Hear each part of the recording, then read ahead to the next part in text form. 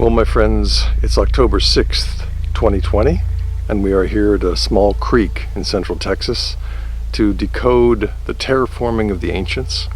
This video will be called Ecological Terraforming, and I'd like to discuss a sub-theory with you. Let's move up the creek. So as you can see, the creek banks are sectioned vertically. The geological orthodoxy in the universities would call these cracks or fractures, the vertical lines. They are nothing of the kind. They are section breaks, section ends. And we can see that very, very, very clearly by the smoothness of the section faces. This one's less smooth. I'll just zoom in on this smaller one and we can see the smoothness of this directly below the larger one. So you see the smoothness and regularity of the section break. One question that I want to engage today is the question of how soil came about on our planet. If the ancients used crystalline concrete, different recipes across the planet, to terraform the continents. We know that they used alternating hard and soft layers. The soft layers were for earthquake mitigation, right? So we have this little tiny chalky layer, right? Then a hard layer. Then another tiny chalky layer, which is composed of tiny, tiny, tiny, tiny thin layers. This is all concretized gypsum, but the gypsum is heated to different degrees or different intensity or different time, so that some is soft, heated less or less intensely, and some is harder, heated to a higher degree. Over time, this is the sub-theory for the ecological terraforming video. The water in the creeks and the rivers washes out the softer layers, and this concretized gypsum, which is soft and chalky, becomes soil that can be used by the plants that then litter the concrete with their own what is called detritus, and that is additional soil for other plants, and the soil mass keeps getting larger and larger. You can see how the softer layers are eroded out by the action of the river. The harder layers have zero erosion on them because they're so hard, and the softer layers have significant erosion. So this chalky, soft earthquake mitigating layer and the next one below it, and all the soft, chalky earthquake mitigating layers here in Texas that lie beneath the harder layers of concretized gypsum created soil throughout Texas. That's the theory. So this soft chalkiness is characteristic of the softer layers that alternate with the hard layers here in Texas. In Bosnia, we have a different material. They used pure clay, and they have the alternating hard and soft layers of clay. So if this were Bosnia, this would be soft clay that you could put your thumbprint into, and that's strong through earthquakes because the soft clay in between the harder baked clay stone layers kept the structures strong through earthquakes by moving slightly. The softness of the material was the key to earthquake survival for these structures that the ancients built in Bosnia. So here in Texas, the gypsum material, different recipe. It's a recipe of concrete. It's not stone or rock, although we can use those terms.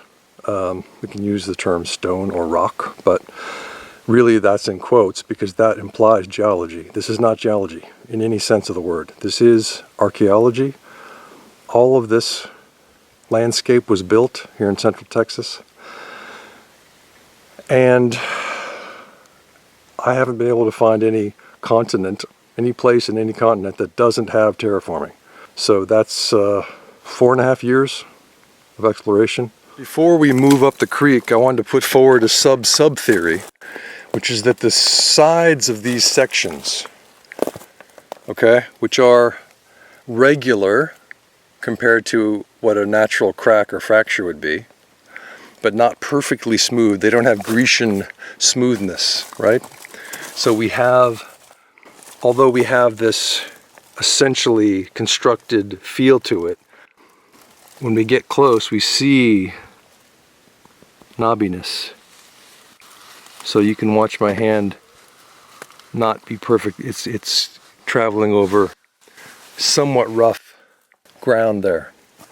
So my sub theory to the ecological terraforming sub theory is that these sides, the sides to these sections, which are not quite Grecian smoothness, right? They're a little bit knobby. When an earthquake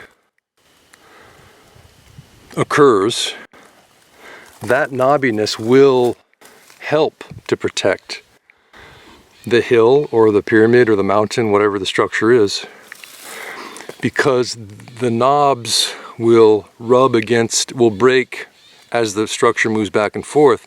The knobs will break and crush against each other as these sections move next to each other. So they'll be abrading each other, and there'll be a powder that would come out below that will then create soil. So an earthquake creates soil. But the main point is that the reason the ancients didn't make these sections perfectly smooth, right? Either the tops or the sides. Here's what we would call the top. This is broken out though. So this is not perfectly smooth, but essentially regular, right? This is an essentially regular block. So it's broken out. It used to be right up there. So this top is rough, and when this abrades against what's above it, when an earthquake occurs, then this is taking the kinetic force of the earthquake and mitigating it by having these little knobs break off as it rubs against the layer above it. So from side to side, right, and from top to bottom, these slightly rough sections would be superior to our perfectly smooth sections. If we were building a hill, we would make them perfectly smooth. These are superior in the action of an earthquake. During an earthquake, these would serve the hill better if the purpose of building a hill were to have a hill that was a long-lasting structure. Now, concrete that we use today, when we build a structure out of concrete today, that concrete might last 50 years or 100 years. This concrete that the ancients laid down in sections and in alternating hard and soft layers has lasted millions of years. We don't know how many millions of years it's been since these lower sections have been exposed. They may have had other sections on them that have broken out as we see the banks slowly breaking out, you know, and then that's still pretty strong up there. But as the creek comes down, creek water comes down, we see an erosive, strongly erosive force. So this may have only been here for 1 million years, exposed. I mean, this knobby stuff. But what we do know is that however long this has been here, there is zero water erosion result. And you can see that as the sun sets and you see the extreme knobbiness of this creek bed, which has no erosion by water. If the erosion hypothesis were correct, water would smooth this. Now, obviously, as we've mentioned, water does take out sections, right? So there were sections in here that have been taken out, but that's section by section. So the water will come and find a weakness between the sections and take it out. They won't erode the concrete because the concrete's too hard. But at the section line, there's a weakness there. And that also contributes to the ecological terraforming hypothesis. The sections break out and slowly are broken by water action. Now I'm going to show you something upstream which is a broken section, because you rarely find broken sections. Most sections are as they were laid down. Different sizes, just like the blocks in the pyramids on the Giza Plateau. Always different sizes, never the same sizes, never perfectly square.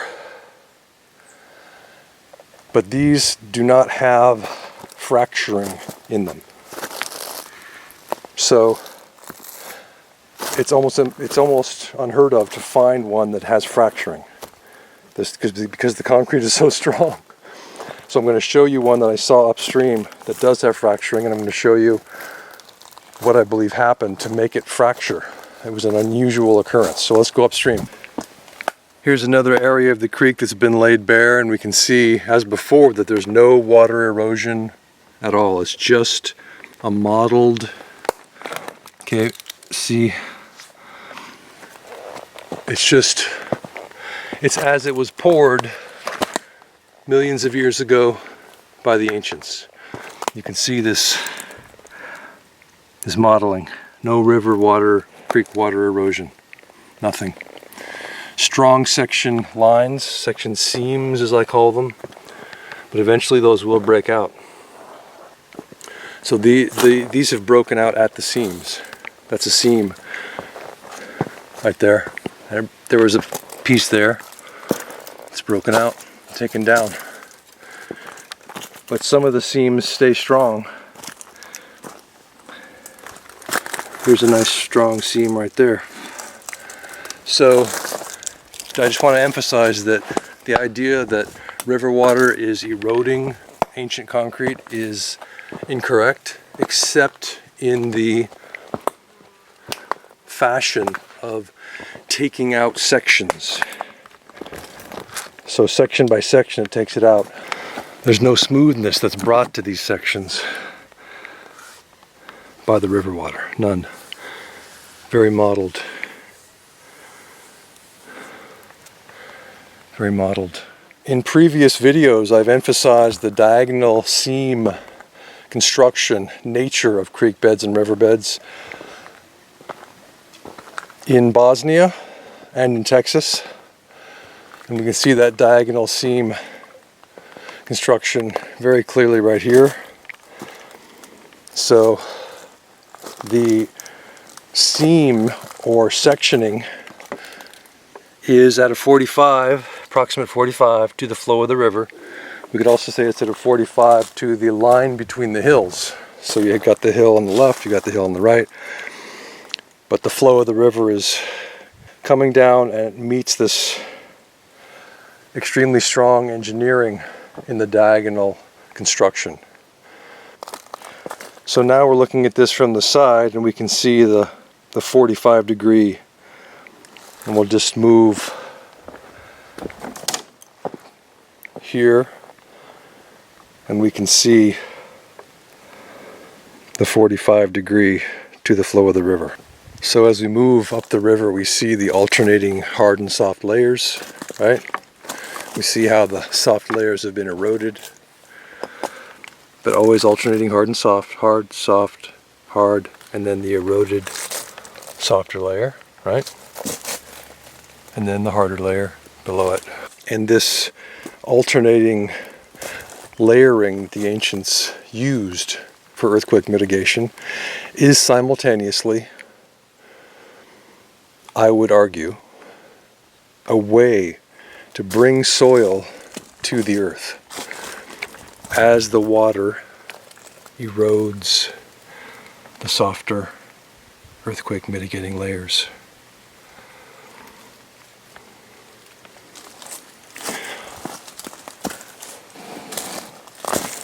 Now let's move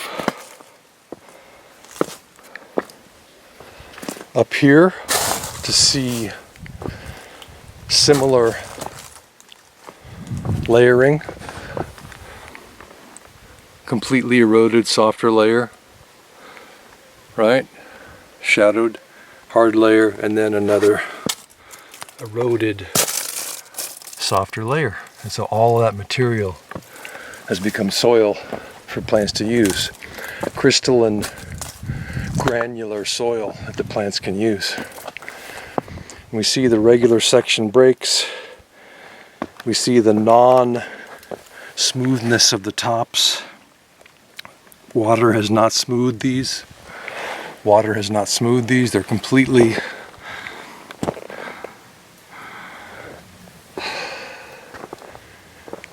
either knobby or mottled. Okay? So, or a combination of those. We see these regular sections, these regular blocks. We see the regular blocks with their essential regularity in their construction, but never Grecian smoothness. Always a mottled quality to the sides, always a mottled quality to the top. Okay, now we have more diagonal seam construction. Let's get above and we can see it even better. So the flow of the river is that away, and the ancients, to keep their structure strong, used a 45-degree angle. 45 to the flow of the river, 45 to the line between the hills.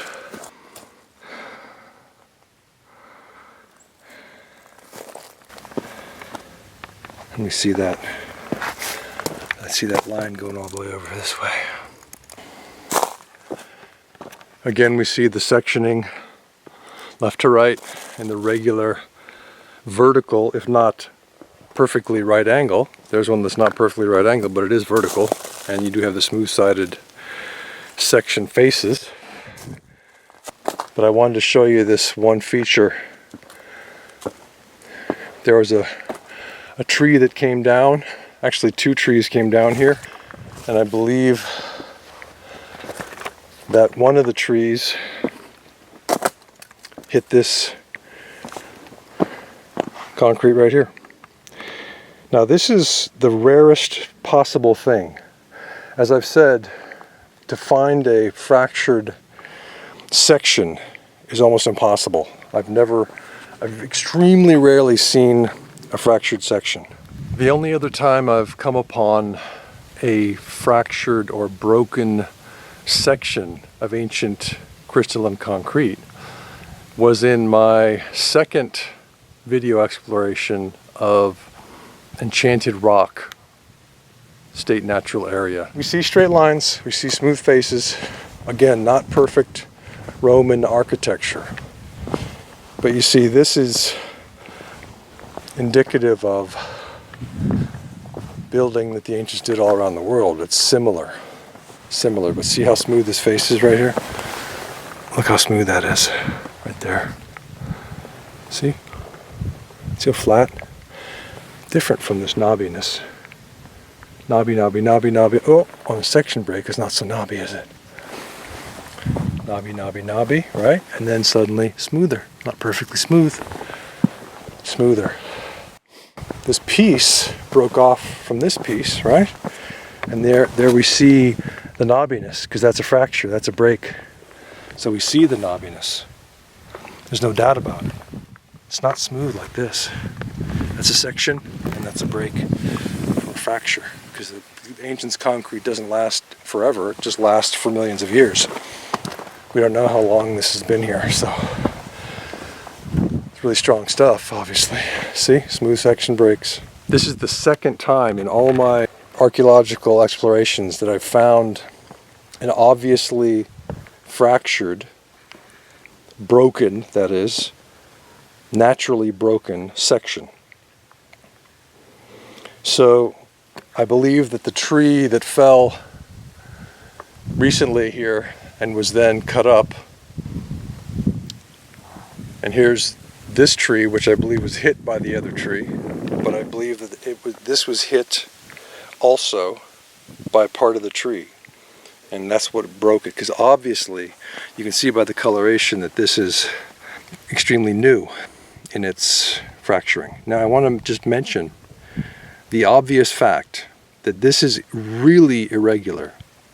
A natural fracture of ancient concrete is very, very irregular. And so